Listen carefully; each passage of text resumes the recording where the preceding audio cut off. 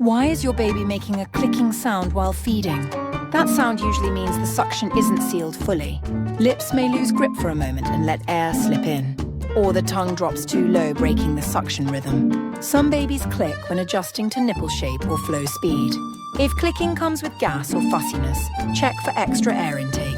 But if your baby feeds comfortably and gains well, it's often harmless. Every baby learns their own feeding rhythm. Subscribe and learn with us.